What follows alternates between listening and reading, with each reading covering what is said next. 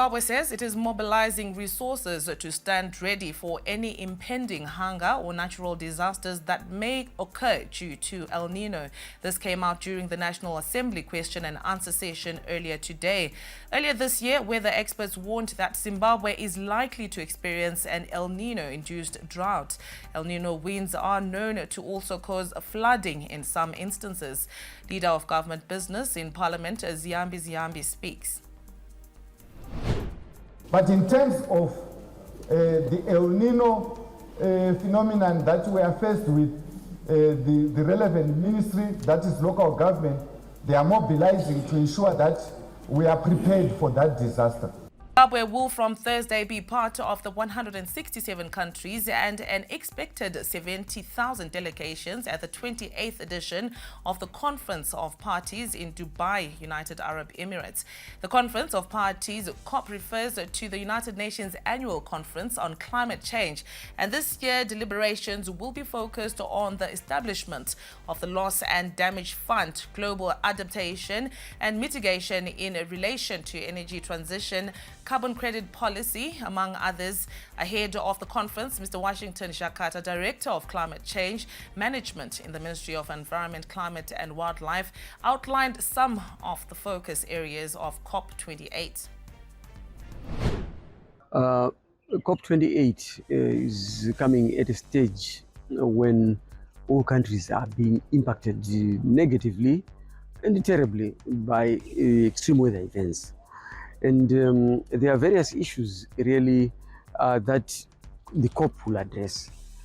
It is three broad areas. Number one is the areas to do with the vulnerabilities, impacts, and adaptation to climate change impacts.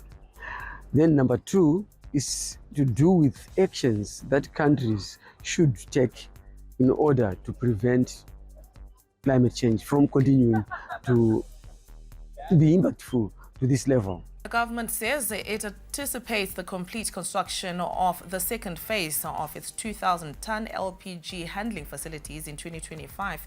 The first phase of the project was completed at a total cost of $11 million, but the project faced delays due to the COVID-19 pandemic and shortages of foreign currency.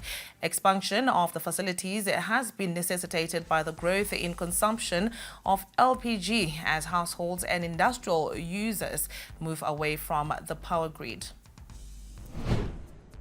In order to address the perennial shortage of LPG gas, government made a deliberate decision to increase national LPG storage space in order to provide buffer stocks and reduce the effects of stock outs experienced especially during winter. In addition, it was also noted that although government had a significant presence in petroleum storage through NOIC depots, it had no direct ownership and control of LP gas storage and handling facilities.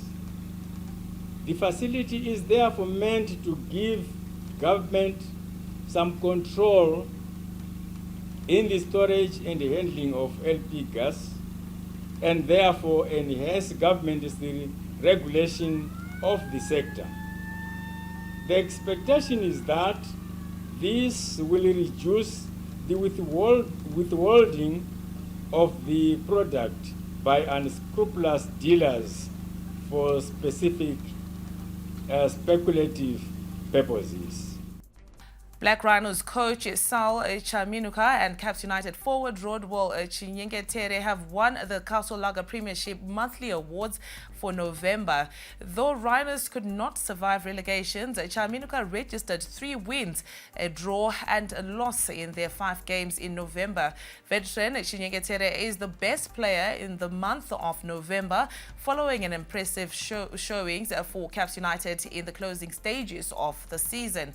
The forward scored one of the contenders for goals of the season at Barberfield Stadium when his team held Highlanders to a 1-1 stalemate.